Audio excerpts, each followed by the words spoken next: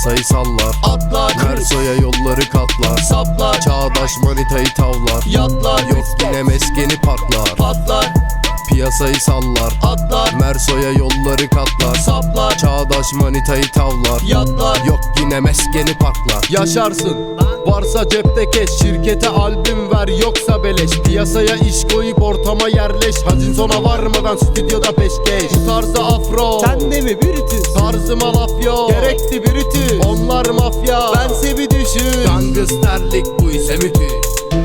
Yoruma gerek yok birader, farkımı fark ettiysen. Bu saatten sonra kim kimi kayırır? Kendi payına. Patlar, Piyasayı sallar, atlar, Merso'ya yolları katlar, saplar, çağdaş manitayı tavlar, yatlar, yok yine meskeni parklar. patlar, Piyasayı sallar, atlar, Merso'ya yolları katlar, saplar, çağdaş manitayı tavlar, yatlar, yok yine meskeni paklar. Gereksizsiniz ne gerek kar, bu ara ceplerde en gerek var. Çıkın sokakta bak aç insanlar, hayatı yoksul garipanlar. Sahnede mizah, kalitede miksaj, mahallede mevzu, trafoda voltaj, den evde Jackwood, arabada patinaj. Olmuyorsa zorlama yaparız montaj. Yıkık bir gangster gibi, rap müzik var oldukça yıkılmayacağım Tupac gibi.